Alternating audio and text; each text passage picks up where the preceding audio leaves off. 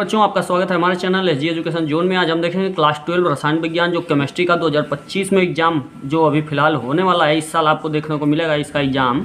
तो उसमें जो मोस्ट इम्पॉर्टेंट न्यूमेरिकल और इसके सोल्यूशन है उसके बारे में हम बात करेंगे। जो ये सेशन चल रहा है वो 2024-25 है और इसी में आपको एग्जाम जो आगे मिलने वाला है उसी के बारे में आज हम न्यूमेरिकल के बारे में बात करेंगे। ये जो न्यूमेरिकल मैं बता रहा हूँ इसको ज़रूर से ज़रूर आप तैयार कीजिएगा, जिससे कि किसी प्रकार की आपको कोई एग्जाम में कोई दिक्कत न हो। और इसमें क्या है कि जैसे जो न्यूमेरिकल मैं बता रहा हूँ इसके बाद भी न्यूमेरिकल बताऊँगा। न्यूमेरिकल के बारी बारी से कई वीडियो बनेंगे और इसके पहले मैंने थियोरी से भी वीडियो बनाया हुआ है। बहुत ज़रूरी टॉपिक्स हैं। अभी फ़िलहाल से जल्द ही इसमें यानी कि आंसर के साथ इसका सलूशन देने का काम किया जा रहा है, उसको भी ज़रूर देखिएगा। और इन प्रश्नों को, ये प्रश्न आने वाले हैं हर साल लगभग, ये इन्हीं में से प्रश्न बनेंगे। थोड़ा सा घुमा के यानी तत्वों को या यौगिकों को चेंज करके या संख्याओं को चेंज करके पूछता है। लेकिन भाई कहने का मतलब है जो पूछेगा प्रश्न यानी जो फार्मूला है वो तो नहीं चेंज होगा। तो इस तरीके से आपको कमांड इस पर करना होगा जिससे कि किसी प्रकार की कोई परेशानी न हो। तो चलिए देखते हैं बिना समय ज़्यादा बिताए, अब चलते हैं अपने पॉइंट पे। हमारा क्या है कि ये देखिए पहला क्वेश्चन कह रहा है कि 3.65 जो है वो क्या है, HCl को 100 ग्राम जल में घोला जाता है। विलयन की मोललता ज्ञात करनी है। देखिए मोललता और मोलरता में अंतर है तो इसके बारे में हमने आप बताया है आपको। तो मोललता ज्ञात करना है तो मोललता का फार्मूला देखिए ये होता है। मोललता का फार्मूला, मोललता को m डैश से डिनोट करते हैं। तो ये क्या होता है कि small w by small m into capital W। Capital W जो होता है ये ग्राम में होता है इसमें मोललता, और जो मोलरता होता है वो यहाँ पे बस यही अंतर होता है कि यहाँ पे भी होगा यानी लीटर में होगा। तो इस तरीके से यही बात होती है। तो चलिए देखते हैं सबसे पहले इसके बारे में कि इसे सॉल्व कैसे करेंगे। तो ये जो स्मॉल w है ये ग्राम कि इतना क्या है HCl को, तो इतना HCl को मतलब यहाँ पे ग्राम बताया है तो इसका मतलब ये भी ग्राम में होगा तो क्या कि ये देखिए ये जो है ये आपका HCl की मात्रा है यानी कि 3.65 ग्राम। तो ये आपका HCl का यानी स्मॉल w का मान हो गया। क्यों ये स्मॉल w का मान है? स्मॉल w और स्मॉल m का मतलब ये ध्यान रखिएगा कि ये आपके जो हैं स्मॉल जो है वो इसका मतलब ये हुआ कि जो विलेय है यानी जिसको हम घोल रहे हैं और जिसमें घोल रहे हैं वो हमारा क्या होता है, विलायक होता है। तो यहाँ पे देखिए इसको HCl को किस में घोले हैं, जल में। तो जल हमारा जो है वो ज़्यादा है तो उसी को विलायक कहते हैं। और विलेय किसको कहते हैं, जो कम मात्रा होती है, जिसका विलयन में कम मात्रा हो। तो कम मात्रा है आपकी देखिए 3.65 ग्राम है और ये यानी करीब लगभग ये मान लीजिए कि 3.5 ग्राम, और ये आपका जो है ये 100 ग्राम।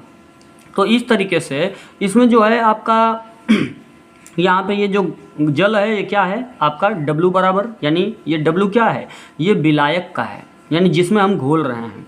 और किसको घोल रहे हैं, HCl को। तो HCl का कितना ग्राम है, 3.65 ग्राम। तो ये स्मॉल w बराबर क्या हो गया, 3.65 ग्राम। और HCl का जिसे हम घोले हैं, HCl का स्मॉल m का मतलब कि अणुभार, ये भार और ये अणुभार, ये भार और अणुभार किसका, विलेय का यानी जिसको हम घोल रहे हैं। और यहाँ पे ये आपका कैपिटल W का मतलब विलायक का, W मतलब भार, तो विलायक का भार कितना है 100 ग्राम जिसमें हम घोल रहे हैं। अब आगे देखिए तो ये HCl का अब देखिए अणुभार आप निकालेंगे तो ये क्या होता है कि हाइड्रोजन और कैल्शियम, कैल्शियम नहीं ये क्लोरीन, हाइड्रोजन है और ये क्लोरीन है। तो हाइड्रोजन एक अणु और क्लोरीन एक अणु, तो दोनों हाइड्रोजन का परमाणु भार 1, क्लोरीन का 35.5 यानी 35.5, तो दोनों को जोड़ देंगे तो 36.5 हो जाएगा। ये मोललता जो है आपका m डैश बराबर होता है small w by small m into W, ग्राम में ये रहेगा, और कैपिटल W ग्राम में और इंटू 1000। इसमें अगर हम निकालना है तो स्मॉल w का मान कितना है ये यहाँ पे रख दिया ऊपर। बाई में क्या है कि स्मॉल m, तो स्मॉल m का मान कितना 36.5 ये देख रहे हैं आप, इसको रख दिया। इसके बाद फिर कैपिटल W का मान 100 ग्राम, तो ये यहाँ पे 100 रख दिया। देखिए ये इससे ये कटा, इससे 00 से 00 ख़त्म, और ये आपका जो है ये यहाँ पे जब इसका मल्टीप्लाई होगा इसमें तो ये क्या होगा, पॉइंट खिसक के यहाँ पे आएगा यानी दाहिने यानी बढ़ेगा। जब गुणा होता है तो मान बढ़ता है तो यहाँ से पॉइंट बढ़ के कहाँ आ जाएगा, एक जीरो है तो 1 पॉइंट, तो यहाँ पे चलाएगा। तो ये देखिए ये आपका हुआ तो 36 पॉइंट, ये जो 3.65 था ये 36 पॉइंट, ये भी 5 हो जाएगा और नीचे 36.5 है ही, तो दोनों आपस में कट गए एक बार में और ये आपका एक आपका आंसर आ गया। तो यहाँ पे देख रहे हैं जो मोललता का मात्रक होता है वो मोल प्रति किलोग्राम होता है और जो मोलरता का होता है वो मोल प्रति लीटर होता है। तो जहाँ पे किलोग्राम है वहीं पे लीटर होगा, जहाँ ग्राम है वहाँ पे मिलीलीटर होगा, बस यही अंतर होता है और कुछ नहीं होता है। तो अब देखिए आगे चलते हैं कि अब दूसरे प्रश्न पे। तो दूसरा हमारा प्रश्न है कि भार के अनुसार 20% पोटेशियम कार्बोनेट विलयन की मोललता ज्ञात कीजिए। तो मोललता अब किसका ज्ञात करना है। देखिए ना, इसमें ये कहा है कि कितना चीज़ में कितना घोल रहे हैं, किसे घोल रहे हैं और किस में घोल रहे हैं, ये नहीं कह रहा है। यहाँ पे ये कह रहा है बस कि इतना प्रतिशत हमने ले लिया पोटेशियम कार्बोनेट, तो भार के अनुसार लिया। भार के अनुसार कहने का मतलब मोललता। तो भार के अनुसार 20% पोटेशियम कार्बोनेट जो है वह विलयन की मोललता ज्ञात करना है, इतना है। तो अब देखिए, तो इसमें जो 20% पोटेशियम कार्बोनेट को इसका मतलब घोले हैं।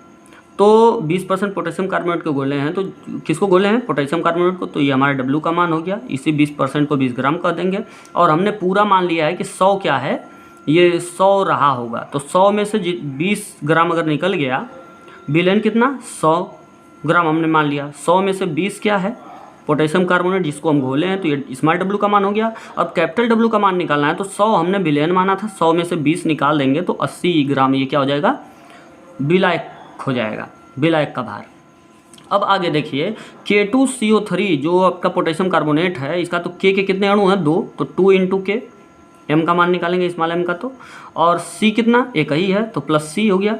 फिर प्लस अब ऑक्सीजन कितना अणु है, 3, तो 3 × O यानी ऑक्सीजन। तो अब देखिए K का अणुभार कितना, K का कितना 39, तो ये 2 × 39 हो गया। ये 12 इसका कार्बन का परमाणु भार और ये ऑक्सीजन का कितना होता है 16, और ये 3 का मल्टीप्लाई भी इसके साथ है तो 3 × 16। तो अब देखिए इसका मल्टीप्लाई करेंगे और इसका मल्टीप्लाई करेंगे और तीनों को जोड़ देंगे तो आपका 138 आ जाएगा सॉल्व करने के बाद। तो ये आपका किसका मान हो जाएगा, स्मॉल m का मान। अब आगे देखिए कि m डैश बराबर होता क्या है। अभी आप ऊपर देख रहे हैं small w by small m into capital W into 1000। तो यहाँ पे स्मॉल w का मान आपका देख रहे हैं कि 20, ये 20 रख दिया। अब कैपिटल W का मान कितना है 80, तो कैपिटल W के जगह पे आप 80 रख देंगे और इसके बाद फिर m का मान जो है आपका स्मॉल m का मान 138 है, इसके जगह पे ये रख दीजिएगा। आप तीनों को जब रख देंगे यानी ये और इसके बाद ये और ये, जब तीनों आप रख देंगे तो रख देने के बाद अब इसको सॉल्व कर लीजिएगा जैसे ऊपर सॉल्व किया गया है। इसका आंसर मैं लिख दे रहा हूँ ताकि आप आंसर चेक करने की दिक्कत नहीं रहेगी, कितना सही आंसर कितना नहीं। तो ये m डैश का मान आपका कितना आएगा 1.8 मोल प्रति किलोग्राम आपका आएगा इसका आंसर। दूसरे वाले की तरह हल कर लीजिएगा। थोड़ा सा कैलकुलेशन आप करिएगा, कैलकुलेशन करने से आपको ही समझ बढ़ेगी। मेरा काम है बस बता देना, तो मैं बता दे रहा हूँ आपको कि किस पे रखना है और कितना आंसर होगा। अब देखिए सल्फ्यूरिक अम्ल, जो तीसरा सवाल है, सल्फ्यूरिक अम्ल का एक नमूना 94% यानी W/V है। तो W/V है आपका, ये देखिए यहाँ पे, तो ये जो है 94% ये क्या है, सल्फ्यूरिक अम्ल है, यानी इसी को हम घोल रहे हैं और उसका घनत्व जो है 1.84 ग्राम प्रति मिलीलीटर है। तो कह रहा है कि इस विलयन की भी मोललता ज्ञात कीजिए। तो स्मॉल w का मान कितना हो जाएगा 94 ग्राम और घनत्व कितना दिया है 1.84 ग्राम पर मिलीलीटर। तो ये आपका इसका मान दिया है। अब आगे देखिए कि विलयन का द्रव्यमान बराबर क्या होता है कि आयतन गुणे घनत्व। तो आयतन हमने मान लिया कि जैसे उसमें इसके पिछले सवाल में हमने 100 माना था कि विलयन का आयतन कितना 100, तो 100 इसको मान लिया हमने। अब क्या है कि घनत्व जो है, घनत्व आपका दिया है कि 1.84 दिया है, इसके पहले ही आपको दिखाया गया है। तो इसका मल्टीप्लाई कर लेंगे तो विलयन का द्रव्यमान अब पूरा कितना हो गया, विलयन कितना मिलीलीटर हो गया 1.84 मिलीलीटर। और इसके बाद अब देखिए इतना जब हो गया तो विलायक का भार कितना, कैपिटल W बराबर, अब हमारा ये देखिए कि यहाँ पे तो इसमें देखिए कि ये जो है आपका, तो ये निकल गया किसका, विलयन का द्रव्यमान। इसके बाद ये ग्राम आपका, और विलयन का द्रव्यमान। और अब विलायक का जब निकालेंगे तो विलयन कितना 184 और विलेय कितना था 94। तो 184 में से 94 जब निकाल देंगे तो हमारा विलायक का निकल जाएगा कि 90 ग्राम आपका क्या है, विलायक है। तो इस तरीके से 90 ग्राम आपका विलायक हो गया। H2SO4 का अणु भार जो है, तो H2 हाइड्रोजन कितना 2 अणु तो 2 × H, और सल्फर कितना 1 तो यस प्लस, और 4 अणु कितने हैं, 4 अणु कितने हैं ऑक्सीजन के, तो 4 × ऑक्सीजन हो गया। अब यहाँ पे 2H का मतलब 2 और H का मतलब हाइड्रोजन का परमाणु भार 1, तो 2 × 1 2 हो जाएगा। S का देखिए आपका सल्फर का परमाणु भार 32 और 4 गुणे ऑक्सीजन, ऑक्सीजन का 16, 4 गुणे 16। अब इसको मल्टीप्लाई कर दीजिए, इसको मल्टीप्लाई कर दीजिए और तीनों को जोड़ दीजिए तो आपका आएगा 98। तो ये आपका 98 किसका मान आया, m का मान। अब इसी फार्मूले पे सेम आपको रख देना है। देखिए स्मॉल w का मान आपको 94 पता था, यहाँ पे रख दीजिएगा। स्मॉल m का मान अभी निकाला गया है कितना 98, यहाँ पे रख दीजिएगा। कैपिटल W का मान 90 ग्राम, ये आपका यहाँ रख दीजिएगा और इंटू 1000 करके इसको काट पीट के सॉल्व कर दीजिएगा। तो सलूशन आप करिएगा। देखिए ये मैं आप पर छोड़ रहा हूँ इसलिए क्योंकि ऐसा नहीं कि मैं नहीं बता पाऊँगा, इससे मैं आप पर छोड़ रहा हूँ ताकि आप इसको करें और कैलकुलेशन की आदत आपको पड़े। तो क्या होगा, इसका आंसर मैं बता दे रहा हूँ। हल करने के बाद आपका इतना आएगा, ये 10.6 मोल पर किलोग्राम ये आपका आएगा। तो ये आंसर आपका आना चाहिए हल सॉल्व करने के बाद। अब देखिए ये चौथा जो है आपका प्रश्न, तो 5 ग्राम NaOH को 250 मिलीलीटर जल में घोला जाता है, तो विलयन की मोललता ज्ञात करो। तो भाई देखिए इसमें क्या है कि स्मॉल w का मान आपका कितना है 5 ग्राम। NaOH जो है Na के कितने अणु, सोडियम के कितने 1, तो Na का परमाणु भार 23, m निकालेंगे इसका अणु भार। तो अब देखिए ऑक्सीजन कितना 1 तो 16 हो गया, सबका परमाणु भार लिखते हैं, और H का 1, तो ये तीनों को अब जोड़ दिया गया। इसमें कोई अणु नहीं था, जैसे कहने का मतलब है कि Na 2 बार नहीं था या 3 बार, जैसे ये अणु के रूप में ऊपर था। तो एक एक हैं तीनों, सोडियम भी एक है, ऑक्सीजन भी एक है, हाइड्रोजन भी है, तो तीनों को का अणु भार अब परमाणु भार जोड़ दिया गया, तो ये आपका अणु भार आ गया। तो ये 40 हो गया स्मॉल m का मान। V का मान जो है आपका दिया है ये क्या, तो इसमें देखिए मोलरता ज्ञात करना है। तो मोलरता का मतलब इसीलिए देखिए मिलीलीटर वगैरह ऐसे दिया है ग्राम। तो देखिए ये आपका स्मॉल w आपका ग्राम में होता है और ये आपका मिलीलीटर जो है ये V का मान हो गया। अब क्या मैंने बताया था कि जहाँ कैपिटल W है वहीं पे क्या हो जाएगा V हो जाएगा, और कोई अंतर फार्मूला में नहीं। तो देखिए यहाँ पे आपको V बस दिखाई दे रहा है, यहीं पे आपका कैपिटल W था वो ग्राम में था और ये मिलीलीटर में है, आपका मिलीलीटर में आप देख रहे हैं। तो ये स्मॉल W का मान स्मॉल w की जगह 5 रख देंगे, m की जगह क्या रख देंगे 40, और इंटू V की जगह क्या रख देंगे 250, और इंटू 1000 करके आप कैलकुलेशन कर दीजिएगा। 0.5 मोल पर लीटर इसका आंसर आना चाहिए। खूब कैलकुलेशन कीजिए आप लोग, खूब कैलकुलेशन। अब यहाँ पे देखिए 72 ग्राम जल तथा इतना ग्राम एथिल एल्कोहल के मिश्रण में दोनों का मोल प्रभाज ज्ञात कीजिए। तो देखिए जल है और एथिल एल्कोहल है, दोनों का मिश्रण बना के विलयन तैयार किया गया है। तो इसमें कौन कौन से घटक हैं विलयन में, जल है और एथिल एल्कोहल है। तो इन दोनों से मिला के विलयन बनाया गया मिश्रण से। तो मूल प्रभाज ज्ञात करना है। तो सबसे पहली बात कि जो चीज़ें हैं जिनको मिला के जितने भी घटक हैं, 2 घटक हैं, दोनों का क्या निकाला जाएगा, सबसे पहले इनका संख्या निकाला जाएगा। तो ये आप जान रहे हैं मोलों की संख्या निकाला जाएगा। तो मोलों की संख्या है, H2O का भी मोलों की संख्या निकालेंगे और C2H5 का भी C2H5OH का भी यानी एथिल अल्कोहल का भी मोलों की संख्या निकालेंगे। सबसे पहले मोलों की संख्या अगर निकल जाएगी इनके, तो कुल मोलों की संख्या जो होगी उसी के अनुसार हम फिर इनका अलग अलग घटक का कितना मोल प्रभाज है वो निकाल लेंगे। तो चलिए देखते हैं सबसे पहले H2O के बारे में। H2O का स्मॉल w बराबर कितना 72 ग्राम ये दिया हुआ है। स्मॉल m जो होता है H2O का अणु भार, तो ये निकालेंगे तो आप देख रहे हैं कि 18 आ जाएगा। 18 कैसे आया, हाइड्रोजन के कितने 2 × 1, 2 अणु है 2 × 1, 1 क्या होता है H का परमाणु भार, प्लस इसके बाद ऑक्सीजन कितने अणु एक ही, तो 16। दोनों जब आप कैलकुलेशन कर देंगे तो 16 दूना 32 आपका आंसर हो जाएगा। तो और 16 और 2 आपका 18 हो जाएगा। अब देखिए, तो इस तरीके से 18 इसका स्मॉल m का मान, स्मॉल w का मान, और इसी की ज़रूरत होती है क्या निकालने के लिए, मोलों की संख्या। तो H2O का जब मोलों की संख्या निकालेंगे तो NH2O लिख देंगे मोलों की संख्या। H2O का निकाल रहे हैं इसलिए N के साथ क्या लिख दिया हमने नीचे, H2O। तो स्मॉल w 72 और बाई m का मतलब 18। अब 18 से 72 4 बार में कटेगा, यानी N का यानी H2O का इस मोलों की संख्या आपका निकल गया कितना, 4। ये किसका है, H2O का है। अब देखिए इसी प्रकार एकदम सेम इसी तरीके से एथिल अल्कोहल का कितना दिया था भार, तो ये 92 ग्राम, ये स्मॉल w हो गया किसका, एथिल अल्कोहल का। स्मॉल m कार्बन के कितने अणु, 2, तो 2 और कार्बन का परमाणु भार 12, 12 दूना 24, और प्लस 5 अणु कितने हाइड्रोजन के, तो 5 × 1, 1 का हाइड्रोजन का एक ही होता है, प्लस ऑक्सीजन कितने, 16, एक ही है तो 16, फिर हाइड्रोजन कितने, 1, तो प्लस 1 हो गया। आप सबको कैलकुलेट करेंगे तो 46 आ जाएगा आपका। तो इस तरीके से अब स्मॉल w और कैपिटल स्मॉल m जब ज्ञात हो गया तो C2H5OH का मोलों की संख्या निकल जाएगी। तो इसका मोलों की संख्या निकालेंगे तो फार्मूला वही होता है, तो इसका W और इसका M बाई लिख दिए, इसको काटेंगे तो ये 2 बार में आपका कटेगा।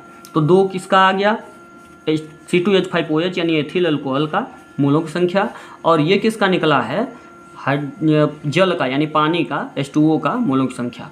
अब चलिए देखते हैं आगे, अब कुल मोलों की संख्या कितनी होगी, अलग अलग तो निकल गया कुल मोलों की संख्या। तो कुल मोलों की संख्या मतलब 4 इसका और 2 इसका, यानी कि NH2O प्लस N C2H5OH, यानी कि दोनों की मोलों की संख्या, कुल घटकों की मोलों की संख्या होता है कुल मोलों की संख्या। तो 2 घटक हैं, दोनों घटकों का मोलों की संख्या जो हम निकालें 4 और 2 जोड़ देंगे तो कितना आ जाएगा, 6।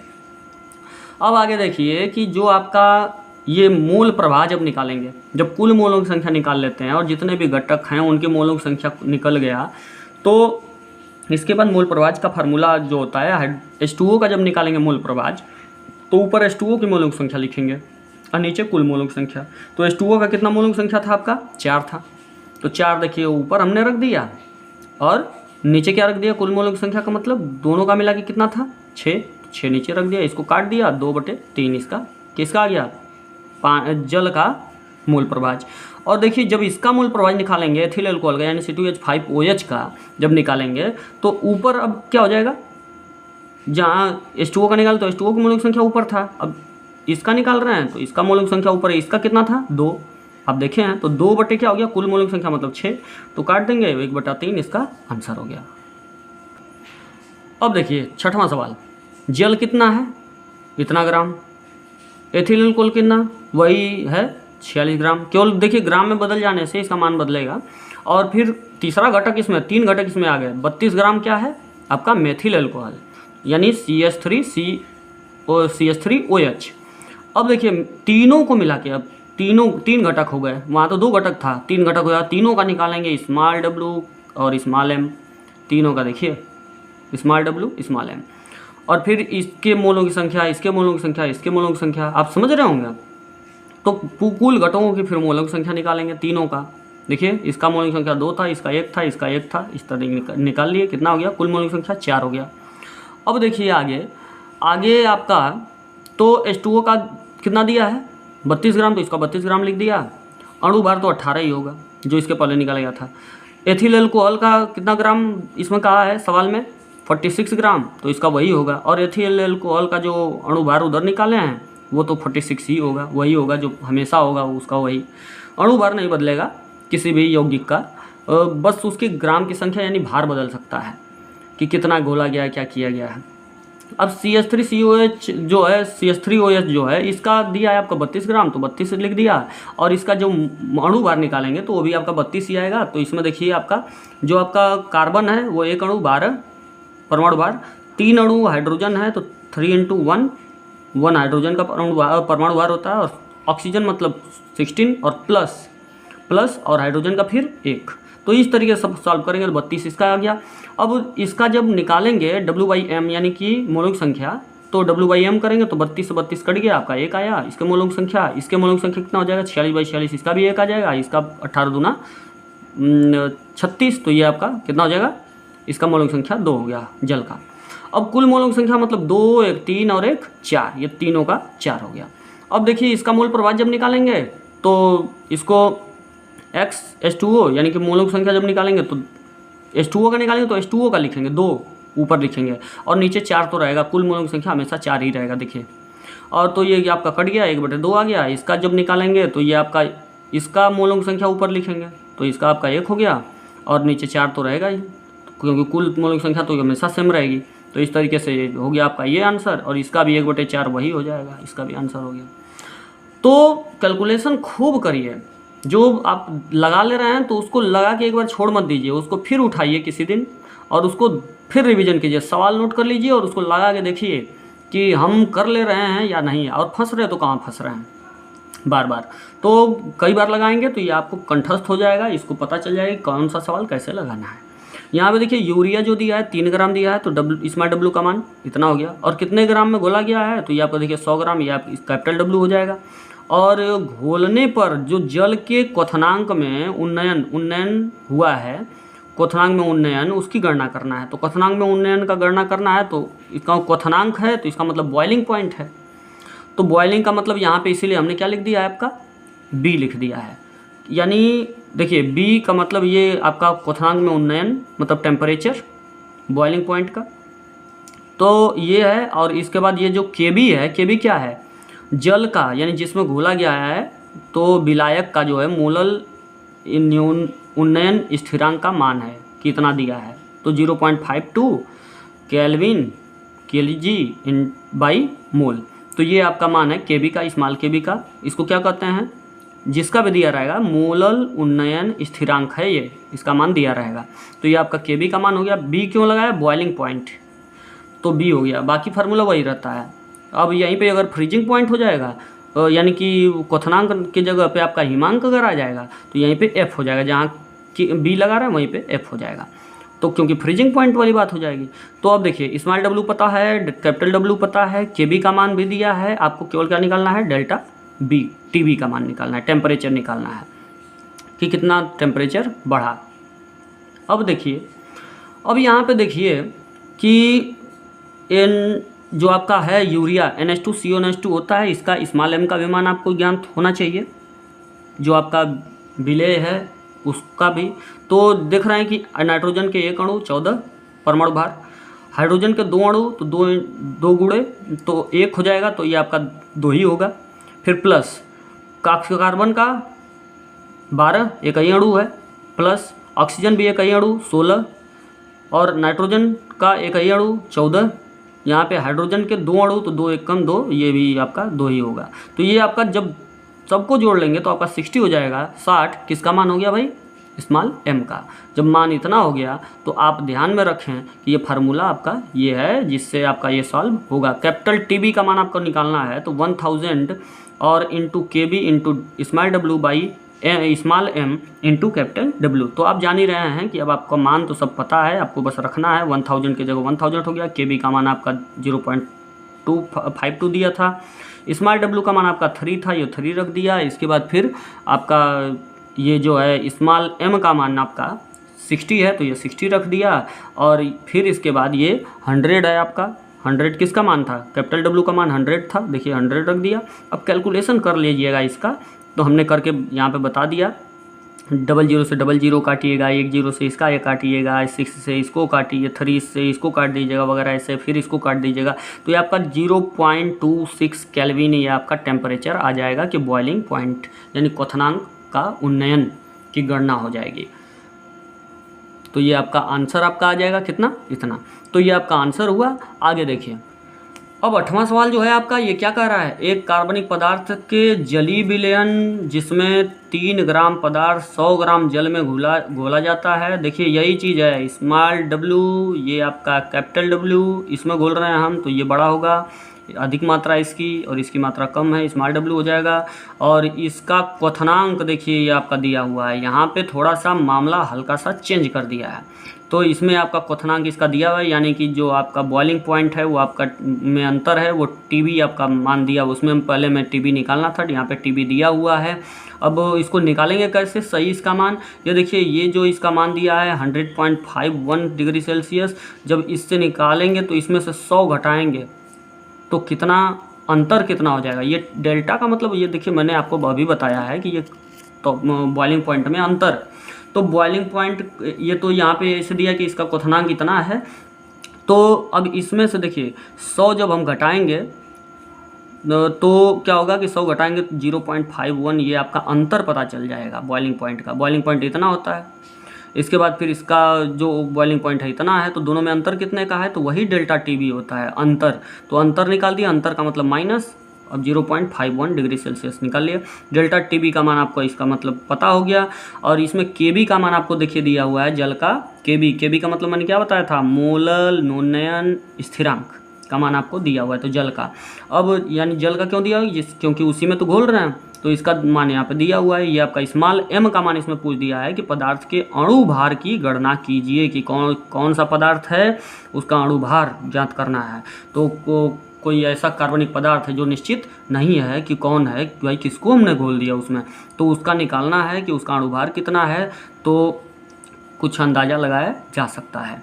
अब देखिए यहाँ पे m जो हुआ आपका, ये m का मान निकालना है, तो यहाँ पे वही फार्मूला है, डेल्टा टी बी का मान 1000 into K B into small W by small M into capital W. अब यहाँ देखिए ये आपका स्मॉल m जब निकालेंगे आप, तो ये डेल्टा टी बी यहाँ पे चला आएगा, यानी देखिए ये हो गया, पक्षांतर करने के बाद फार्मूला m का ये हो जाएगा इसी से। तो अब 1000 तो हो ही गया आपका, के बी का मान के बी की जगह रख दीजिएगा। देखिए के बी का मान इतना, इसकी जगह पर रखिएगा। स्मॉल डब्ल्यू का मान स्मॉल डब्ल्यू की जगह रख दीजिएगा 3, और कैपिटल डब्ल्यू का मान कैपिटल डब्ल्यू की जगह 100 यहाँ पर रख दीजिएगा। और डेल्टा टी बी का मान यहाँ 0.51 कहाँ हो जाएगा, यहाँ पे हो जाएगा। और के बी का मान आपको 0.51 ये भी है। अभी इस तरीके से दोनों आपस में कट जाएंगे, और इसके बाद 0 से 0 भी ऐसे कटेगा ऐसे। तो इसके बाद सोल्यूशन जो इसका आएगा, आपका आंसर जो आएगा, कितना अणुभार 30 ग्राम इसका आंसर हो जाएगा कि कौन सा ऐसा तत्व जो घोला गया है वो हमारा कितना ग्राम है, 30 ग्राम। अब चलिए देखते हैं 9वां सवाल आपका। ये जो था ये क्वथनांक पे था, अब ये आपको हिमांक पे एक सवाल बता देते हैं। तो देखिए क्या है कि जो कह रहा है कि कोई पदार्थ, इसमें भी पदार्थ निश्चित नहीं है, इसका मतलब सीधी बात ये उठ जाती है कि ये इसमें आपको क्या पूछेगा, इसमें भी आपको अणुभार ही पूछेगा, क्योंकि किसी पदार्थ का दिया, किसी पदार्थ का नाम नहीं लिया है। ये आपका क्या हो गया 7.5 ग्राम को, यानी कि ये पदार्थ का क्या है, जिसको घोल रहे हैं उसका भार है। तो ये आपका स्मॉल डब्ल्यू का मान हो गया, इतना ग्राम जल में घोला गया है, तो ये आपका कैपिटल डब्ल्यू का मान हो गया जिसमें घोल रहे हैं। और जल में हिमांक, देखिए हिमांक का दिया, तो यहाँ पे बी कर रहे थे बॉइलिंग पॉइंट, वहीं पे एफ का मतलब हिमांक का मतलब फ्रीजिंग पॉइंट, तो ये एफ हो जाएगा। बाकी देखिए कोई अंतर नहीं, एफ हो गया, बस फार्मूला सेम वही रहेगा एकदम, बस जहाँ बी है वहाँ एफ हो गया, फ्रीजिंग पॉइंट हो गया, हिमांक की बात थी। तो अब यहाँ पे आप देख रहे हैं पदार्थ का अणुभार ज्ञात करना है, जल का मोलल अवनमन स्थिरांक आपको दिया हुआ है 1.86, तो इसका मतलब के का मान आपको दिया हुआ है 1.86। डेल्टा टीएफ का मान सीधे आपको दिया हुआ है, कितनी कमी हुई, इसका मतलब कि अंतर आपको दिया हुआ है 1.2 डिग्री सेल्सियस, और ऊपर अंतर निकालना था। अब यही आप मान उठा के इसमें रख दीजिए, डेल्टा टी एफ हो जाएगा आपका ये 1000 इंटू यही फार्मूला है, बस बी की जगह एफ है। और यहाँ एम का मान जब आपको निकालना है, तो एम जब पक्षांतर करेंगे तो ये डेल्टा टी एफ यहीं पे चला आएगा। अब ये 1000 तो है ही, के एफ का मान जो है आपका, के एफ का मान के एफ की जगह 1.86, स्मॉल डब्ल्यू की जगह स्मॉल डब्ल्यू 7.5, और डेल्टा टी एफ का मान डेल्टा टी एफ की जगह 1.2 डिग्री सेल्सियस। और इसके बाद फिर ये आपका डब्ल्यू जो है कैपिटल डब्ल्यू 75 ग्राम, ये आपका यहाँ पे कैलकुलेट कर लीजिएगा। इसका आंसर आप कमेंट बॉक्स में ज़रूर बताइएगा। तो बच्चों मुझे आशा है कि ये वीडियो आपको बहुत पसंद आया होगा, तो इसलिए आप इस चैनल को सब्सक्राइब करें अगर पसंद आया हो तो, और अपने दोस्तों से शेयर करना न भूलिएगा, उन्हें भी ये कैलकुलेशन ज़रूर समझाइएगा, ज़रूर बताइएगा, क्वेश्चन ज़रूर कीजिएगा, और इसका आंसर कमेंट बॉक्स में ज़रूर भेजिएगा। धन्यवाद।